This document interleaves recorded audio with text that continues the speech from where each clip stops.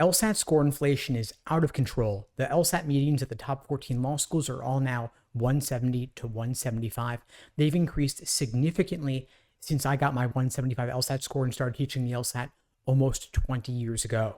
Today, I'm going to walk you through the reasons for the score inflation and the resulting higher LSAT medians. Now, I was a splitter applicant back when I was applying to law school, not by choice, of course, but because I had a relatively lower GPA and had to make up for it with a higher LSAT score. And that motivation fueled me to get a 175 on my official LSAT. Today, I'm going to walk you through how specifically splitters should prepare for the LSAT and apply to law school. If you're wondering why there's all this LSAT score inflation over the past few years, there's a couple of reasons for this. One of them is the LSAT Flex format from the beginning of the pandemic. LSAC underestimated how much easier the Flex format would be. For those who aren't aware, the LSAT used to be on paper, then on a tablet. LSAC moved the LSAT online due to the pandemic, and they underestimated that having it online from home would mitigate some of the stress associated with taking the LSAT in person. They also didn't realize that a 3-section version of the LSAT would be a lot easier than the previous 5-section version. LSAC has also become a lot more liberal in recent years in granting extra time accommodations on the LSAT after having been sued several times under the Americans with Disabilities Act. And one of those lawsuits, by the way, resulted in LSAC removing the logic games section. Another factor people don't realize is that the LSAT used to be only administered 4 times per year. Now it's administered 8 times per year.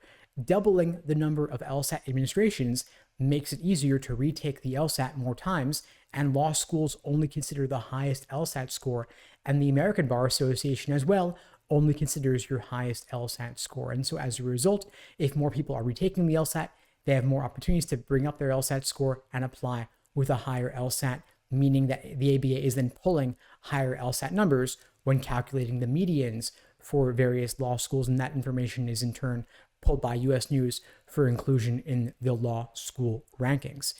Now, the T14 law schools, like all the others, want the highest LSAT medians possible because they care a great deal about the US News rankings, because that helps them increase their prestige and get more applicants, and also helps them attract more donations from proud alumni. Now, the higher LSAT medians have impacted LSAT percentile changes.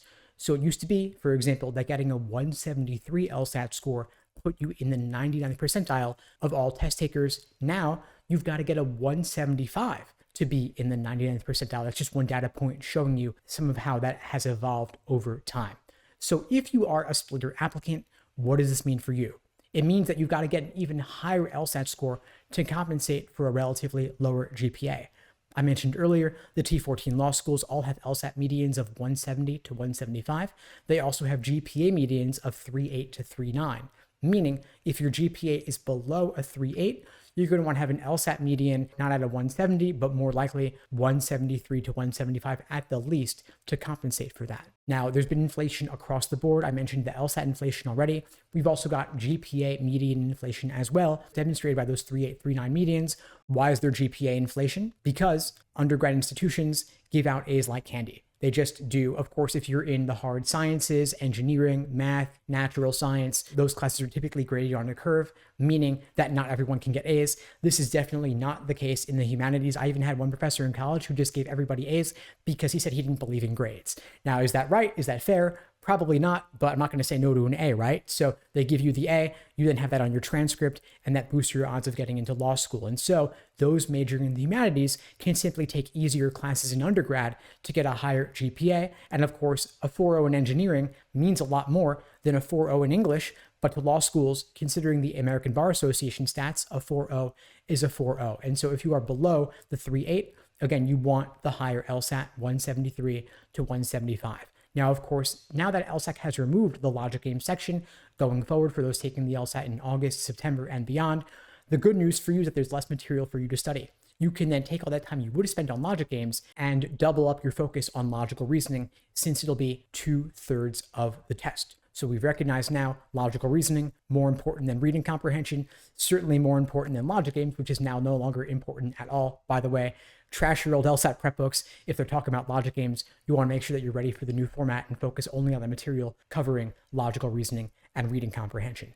Now, within the logical reasoning section, there are roughly 15 different types of logical reasoning questions, but not all of them are of equal importance because some question types show up more often than others. Specifically, you want to focus on the most common types of questions to start with, namely necessary assumption, inference, and flaw. Those are the three most common types of logical reasoning questions. So you want to start there rather than addressing the rare types that hardly ever show up, like evaluate the argument or parallel, which seems scary, but there's only a couple of those per section. Now, I mentioned retaking the LSAT earlier as being one reason for the LSAT score inflation. Take this to heart. The LSAT's offered 4 consecutive months in this calendar year alone. You could take the LSAT in August, September, October, and November.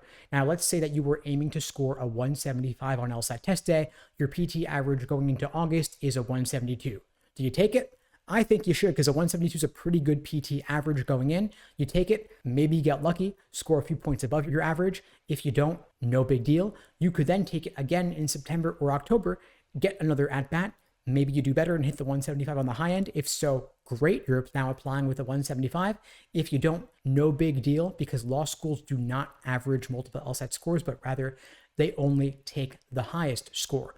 So of course, you don't want to go taking the LSAT every single month or 8 times a year. The retake limit, by the way, is 5 times in 5 years and 7 times for life. Of course, if you start taking it 7 times in a row, looks a little questionable, but could you take it 3, 4, 5 times?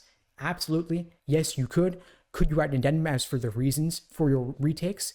Yes, you could. You could say if you had a bad proctor or a technical issue, you can and should certainly talk about that. But law schools ultimately just want to see that score. And so if it takes you 2, 3, 4 times, that's totally fine. Just make sure that you're taking it when your PT average is within the ballpark of where you're ultimately hoping to score on test day. Now, if you're aiming for a 170 plus on LSAT test day and you're looking for my support, there are, of course, a variety of ways I could help you out. You could check out the links below this video to book a call with me and my team. We'd be glad to help you out. And in the meantime, I'll wish you all the best and take care.